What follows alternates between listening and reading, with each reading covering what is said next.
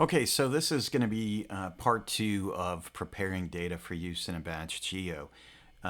So after the end of the first part of this little pair of videos, this is where we kind of left off, is with our data divided into some meaningful columns here. But there's further, we can go a lot further with this. And one thing in particular, we really need to make sure to divide up these uh, addresses into their own separate columns. Otherwise, it won't work in Batch Geo, right? So let's go back into InDesign and do a little more cleaning up in there, and we'll see what's what. Okay, so this is what we had copied and pasted into Excel, and you can see that there's a lot further we can do. So anytime you see something over and over again, that's an opportunity to eliminate some redundancy. So where it says principal semicolon and then space, we can get rid of that. Same thing for the phone number. Same thing for the fax, et cetera, et cetera. Same thing for a lot of this information over here too, right?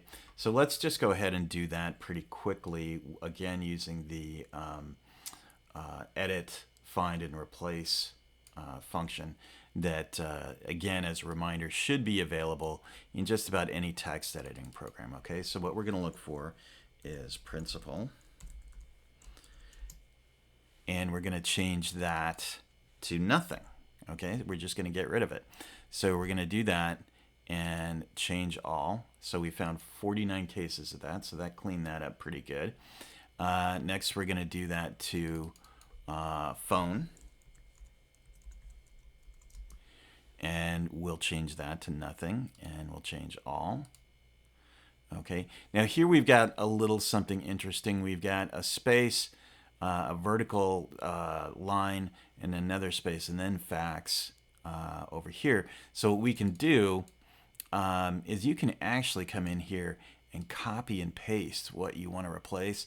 So if we copy that, select all of this, and paste it, we can change that to whatever we want. And in this case, we want that in a separate column. So we're going to change that back to a tab. So we'll do a change all. Oh, see, it's saying search is completed. We only found one replacement.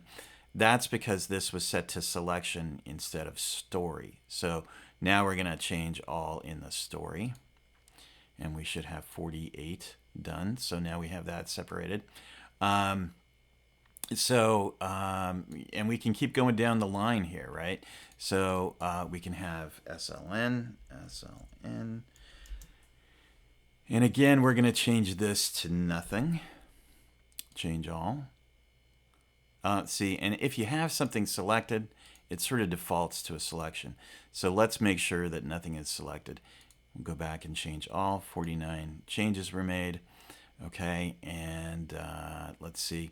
We can do the select here for the redundancy, copy, V, change to story, change all. Okay. Now it looks like maybe something bad happened here because we only got 46 results, right? So there might be some irregularities in the way that data was recorded, right?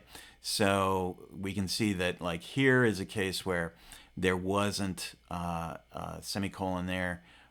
So we can go in here and just sort of manually insert a tab there. Let's see. Oh, never mind. I'm going to do a couple of undos because what we were supposed to do was change that to a tab, right? So we're going to change that to a tab and go to story, change all, 46 replacements. And now that those irregularities stand out a little bit more. So we'll go in and manually select those and tab over the few cases where it didn't work. And sometimes when you're cleaning up data, it just comes down to this, to having to tidy up some things, right? So same thing, we're going to go select this, copy, paste, change it to a tab in the story, and change all. Okay, so now we have another couple of irregularities. So we're going to go back in and manually tweak those, inserting a tab.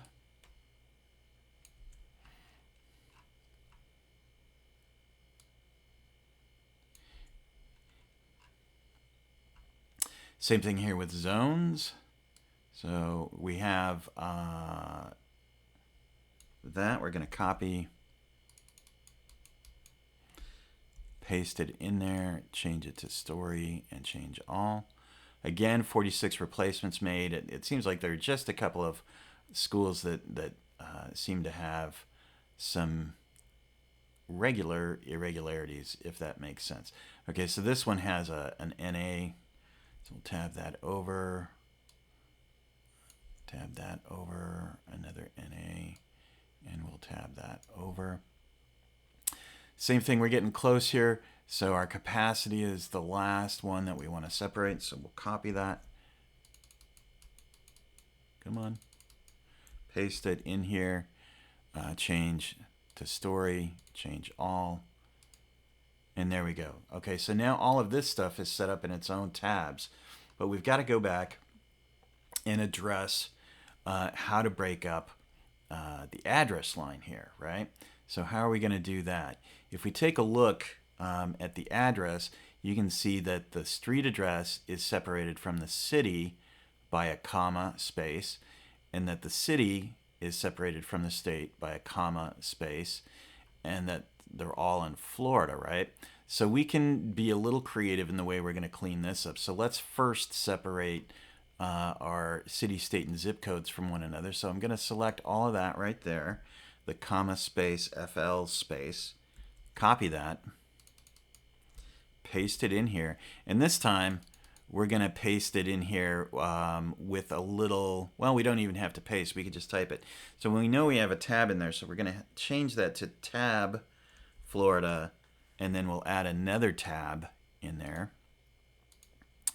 and we'll do that to the story and change all, right? So 49 replacements made, so we know that's all the records.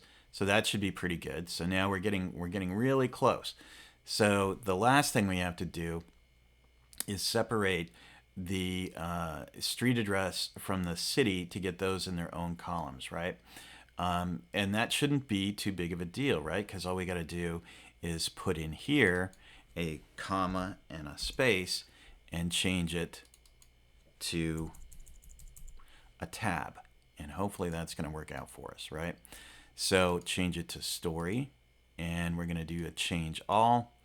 And okay, so look, we have 51 replacements made. That means we have 2 extra commas somewhere that showed up. So let's hit OK. And you can see that in some places over here, things broke up a little bit, right? So we need to go back in and clean this up, and we'll identify where those extra commas came in place. Okay, so here we have Hector A. Cafferata Junior Elementary School. So there was a comma here separating those parts of his name. So we're just going to pull that out manually, add the comma back in, and then we'll find the next one. And that was J. Collin English Elementary School, and the principal's name this time was separated by a comma, and that was Joe Williams, comma, the third. Okay, so that should have us really, really close. Okay, if not there. Looks like we're pretty much there. All right, so now if we select all of this, Command C to copy, and then go back into Excel. I'll take just a second here, and we'll create a new sheet just to see what that looks like. And we'll go Edit, Paste Special, Text, because that'll bring in our tabs. And there we go, right? So then if we select all of those and auto expand them, well, let's do the actual columns and auto expand them. And there you can see that that's pretty clean data. And all we're really missing now is a header row. up here, right? Because we remember batch geo needs a header row. So if we just select the first row, right click and go insert, that'll insert a row over our selection. And so we can type in what we need to do here. So I'm going to write school name here, principal, address, city, state, and zip code. We know that this is the telephone.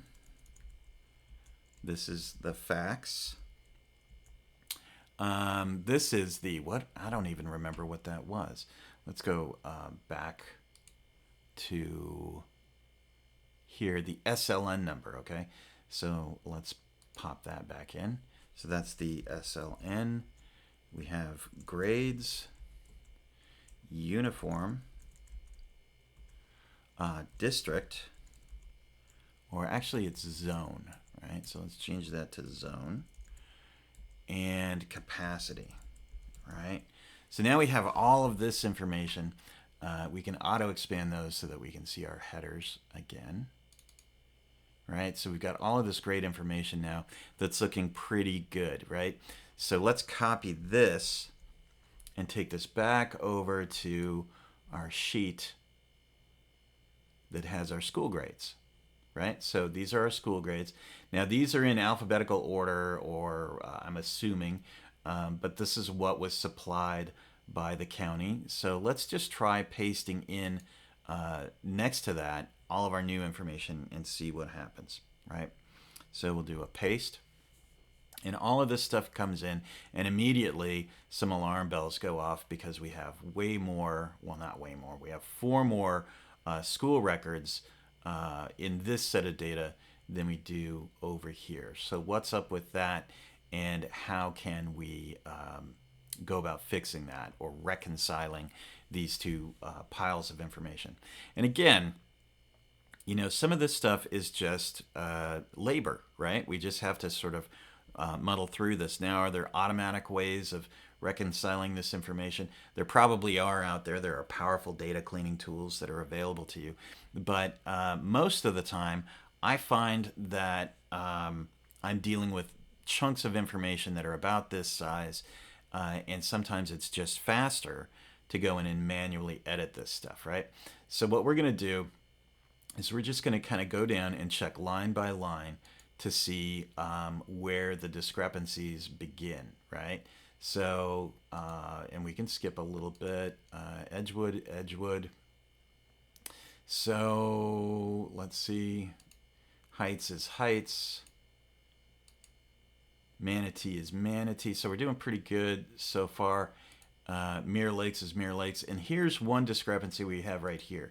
Okay, is Orange River Elementary lines up with North Fort Myers Academy for the Arts. And so we're one line off, right? So what I'm going to do is select these cells, right click, and go insert. Okay, and this is going to shift everything down below that. Okay, so now Orange River lines up again, right? So now let's continue to go down here. We have Orange River, Orange Wood, Patriot, Pelican, Pine Island, Pine Woods, Portiff, Ramesses Page, River Hall, San Carlos Park, Skyline, Spring Creek, Sunshine, Tanglewood. Here we go. Three Oaks. Okay, so we have the Sanibel School and the Alva School, and then we pick back up at Three Oaks. So this time what we're going to do is select 2 records worth of data and then do an insert. And again, we're going to move those cells down. All right. So then hopefully Tanglewood will line up. Oh, I did that wrong. Okay, let me do an undo. All right, so let's do that. Tanglewood did line up, so we're going to do that at Three Oaks right here. Do that and insert, shift cells down. Okay, so now Three Oaks lines up with Three Oaks, and Tice lines up with Tice.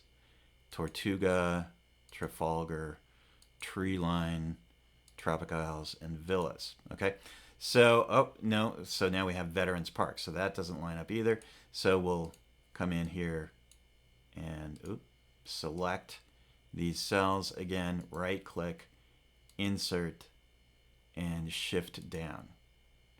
Okay, so now everything lines up, right? But we have a few sort of incomplete records, right? And so the Alva School, the Sanibel School, Veterans Park Academy for the Arts, North Fort Myers Academy for the Arts. So maybe these are schools that are exempt from the school grade process, right?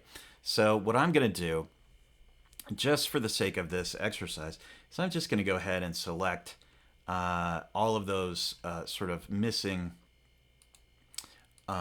schools and get rid of them, right?